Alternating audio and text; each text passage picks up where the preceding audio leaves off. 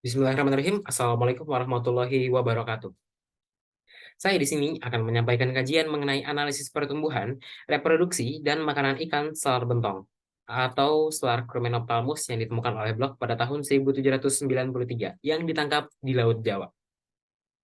Latar belakang kajian kami adalah biologi perikanan, yang mana pembahasan dari biologi perikanan itu sendiri mencakup pertumbuhan, reproduksi, kebiasaan makan, dan makanan ikan. Fokus kajian kami kali ini adalah ikan selar bentong yang ditangkap di Laut Jawa. Ikan selar bentong ini dikatakan ikan sebagai ikan yang memiliki nilai ekonomis tinggi karena ikan selar bentong ini memiliki harga yang murah dan rasa yang enak sehingga banyak diminati oleh masyarakat, terutama di Pulau Jawa. Tetapi sayangnya ikan selar bentong ini dikatakan juga dilakukan eksploitasi berlebihan atau penangkapan secara berlebih sehingga populasinya kurang seimbang.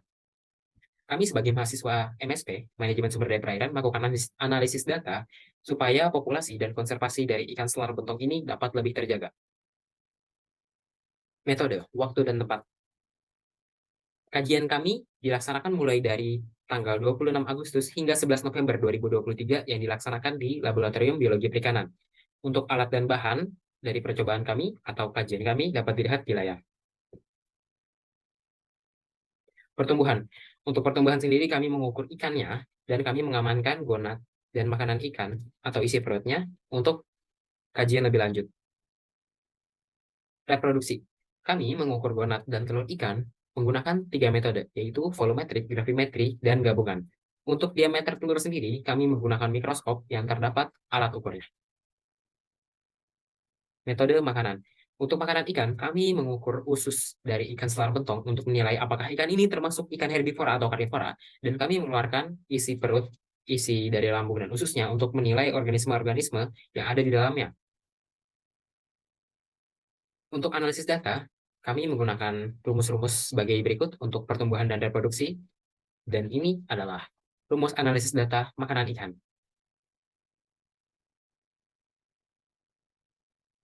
Baik, mari kita masuk ke hasil dan pembahasan. Mulai dari bagian pertumbuhan, distribusi frekuensi panjang. Dari grafik tersebut didapatkan bahwa nilai selang kelas tertinggi terdapat pada ikan berukuran 132 hingga 140 mm. Dari pola grafik tersebut, kami dapat menyimpulkan bahwa pada selang kelas tinggi, ikan selar bentong mulai mengalami kematian atau ikan tersebut sudah mulai ditangkapi, sehingga ikan selar bentong sudah tidak banyak yang hidup pada ukuran tersebut. Dan mengapa pada selang kelas kecil itu ikan selar bentong hanya berjumlah sedikit dan mulai mengalami kenaikan dan penurunan lagi? Kami dapat menyimpulkan bahwa ikan selar bentong memiliki imigrasi atau kedatangan ikan pada ukuran tersebut. Mari kita lanjut bagian hubungan panjang dan bobot. Setiap pertambahan satu satuan panjang ikan akan mempengaruhi nilai bobot sebesar 2,2. Itu untuk total ikan jantan dan gabungan, ikan jantan dan betina. Untuk jantan sendiri, setiap pertambahan satu satuan panjang akan mempengaruhi satuan bobot sebesar 2,17. Dan untuk ikan betina, setiap pertambahan satu satuan panjang akan mempengaruhi nilai satuan bobot sebesar 2,28.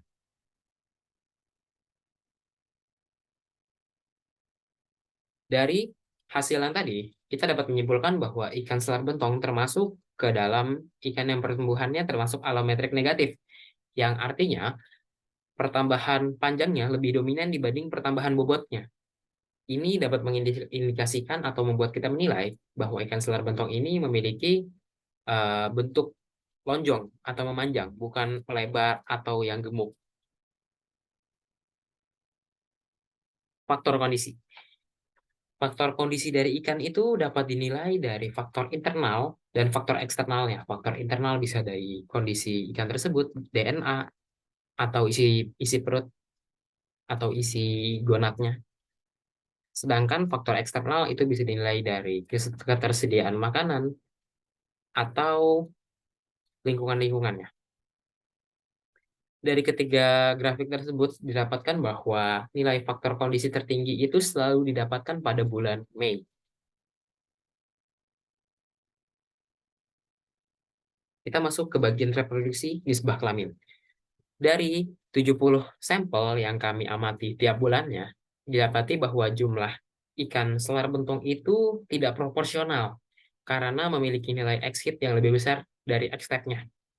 Dan untuk tingkat kematangan gonad, kita mulai dari yang jantan.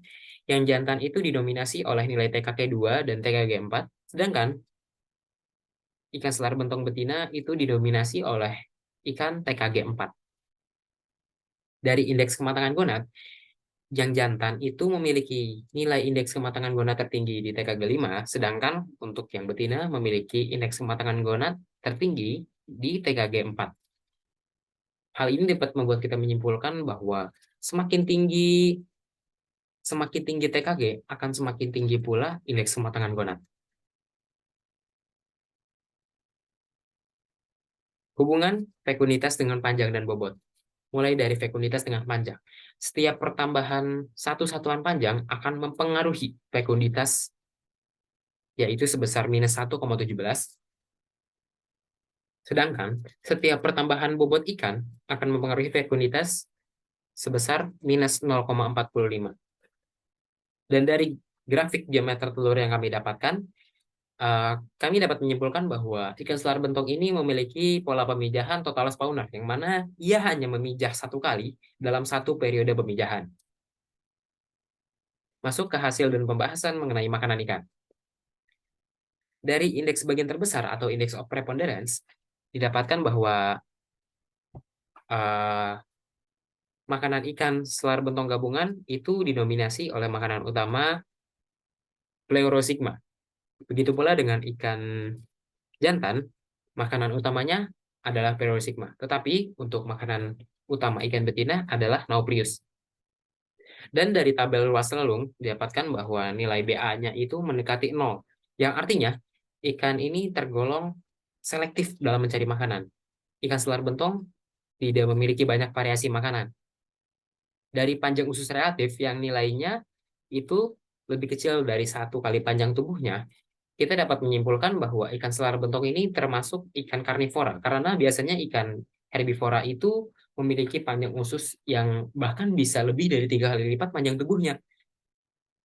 Dari hubungan volume makanan dan panjang bobot, didapatkan bahwa ikan ini tiap satuan pertambahan volume makanannya dapat mempengaruhi nilai panjang bobot seperti di layar tersebut, nilai yang sangat kecil dan memiliki nilai keeratan yang sangat rendah. Bisa dilihat dari nilai R kuadrat.